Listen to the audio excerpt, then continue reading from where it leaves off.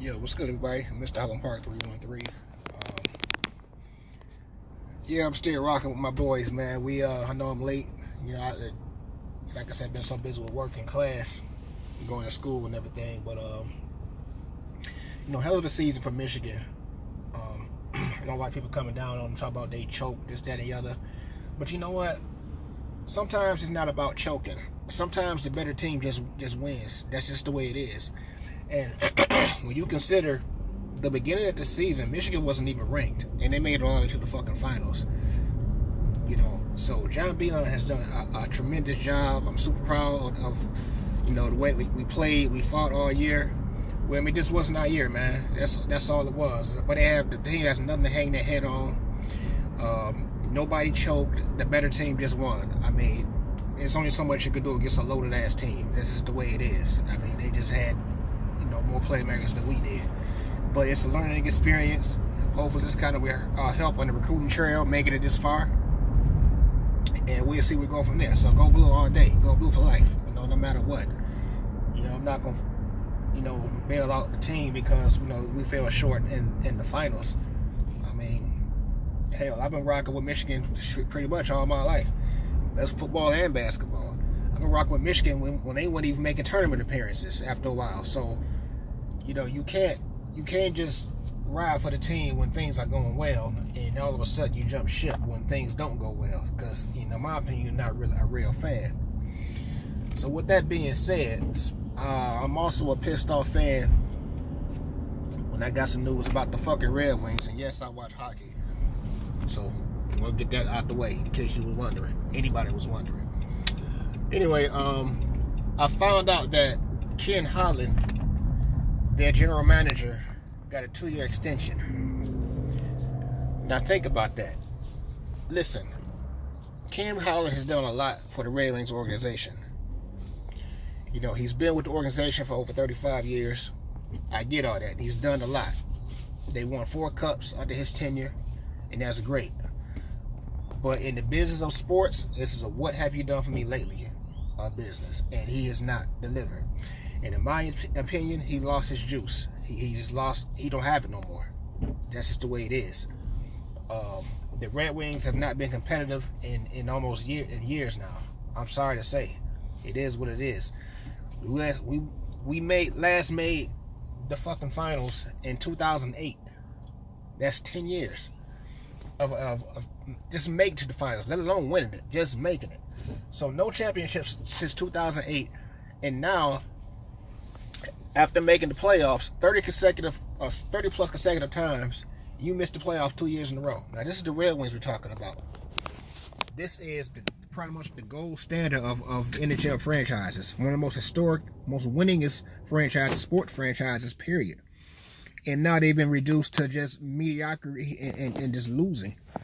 And I just think that I personally think that fans shouldn't put up with that bullshit.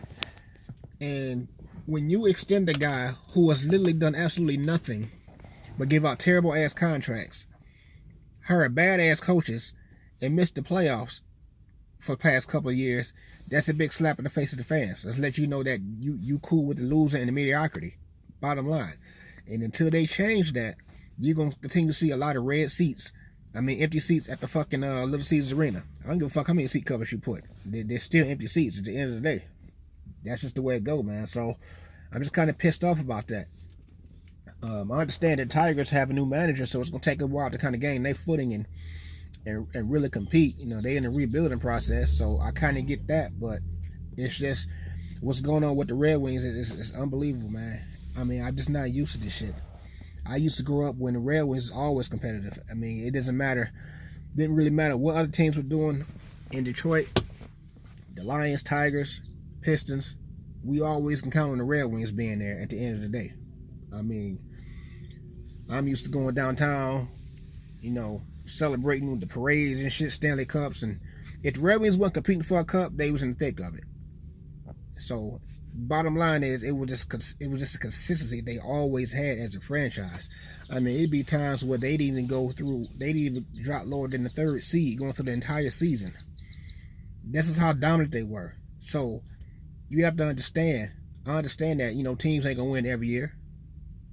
But at least see that consistency and that competitiveness for so many years, to see where they are now, it's just fucking heartbreaking, man. So I don't know what they see in Ken Holland to justify him coming back. I don't even think Mike Ilitch brought him back had he still been here. Rest in peace. But it's just a fucking mess, man. What the state of the Wings is right now. I mean, for real, for real. And go figure, it's the first year in a new arena, and both the fucking Pistons and the Red Wings missed the playoffs. What kind of shit is that? I can't even remember the last time that happened. I mean, and speaking of which, I'm not really sure what the verdict is on Stan Van Gundy for the Pistons. Kind of switching gears a little bit from the Red Wings to the Pistons. But it's a very interesting scenario because Stan Van Gundy is in the 4th year of a 5-year deal. So that means that Tom Gore have a decision to make. You can have this man going to the final year of his contract with major decisions to make about the roster. And if he fucks up, you get rid of him. Or you can extend him. In my opinion, I think it's time for Stan Van Gundy to go too. I mean, 4 or almost 5. I think he's been here all the years he's been here. I'm not really sure. He's made the playoff one time, and that one time he made it, they got bounced. He got swept. I know people keep saying, well, they was competitive. It doesn't matter. You get swept, you get swept. I don't give a fuck how much you compete. NBA is not about effort. It's about fucking results. You know, pro sports it's not Pee Wee football. It's not Pee Wee basketball or Little League. You go out there to win games, bottom line. And he has no playoff wins at all, and 1 playoff appearance in his entire tenure. So, I think this is his 5th year, if I'm not mistaken. So, out of 5 years, he only made the playoff once, and now he just missed it again. Talk about he's confident going with this roster going to next season. Why is this roster even confident with you as the coach? You have done absolutely nothing. It is very hard to be a general manager and head coach. It's hard to do both. You should be able to focus on one and one only. Bottom line. And he has not got the job done. Period. So Tom Gores have not been the owner for that long, but this gives up, this is the opportunity for him to show what kind of owner he'll be. In my opinion, we've seen quite enough of Stan Van Gundy to say, yes, it's about time for him to go. Bottom line.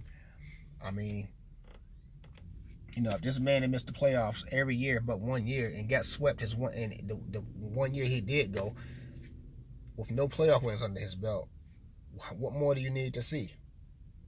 I'm sorry. So you can have him go to the next season again, make some dumbass roster moves, and tie this team up with more terrible ass contracts like Blake Griffin's. I really don't know. And maybe the season would have had a different outcome in terms of making the playoffs had Reggie Jackson been healthy. But that's another question. I like Reggie Jackson as a player. Honestly, I think he does great when he's on the court. But can this man stay healthy? It wasn't just this season, but last season as well. He gets hurt at the most inopportune time. And when he gets hurt, he's out for like an extended period of time. It's not he get these injuries, just he's out for a couple of games, 1 to 2 games. Like, he's be out, he literally be out for months with his injuries. Like, so we need some consistency at the point guard position. It doesn't make you good. I don't care how great your point guard is. If he can't stay on the court, then he's useless in street clothes. That's doing nobody no good. Period. So it's just so many questions. I mean, we go into this offseason with a lot more questions than we do have answers. I mean, honestly, the future is just so uncertain.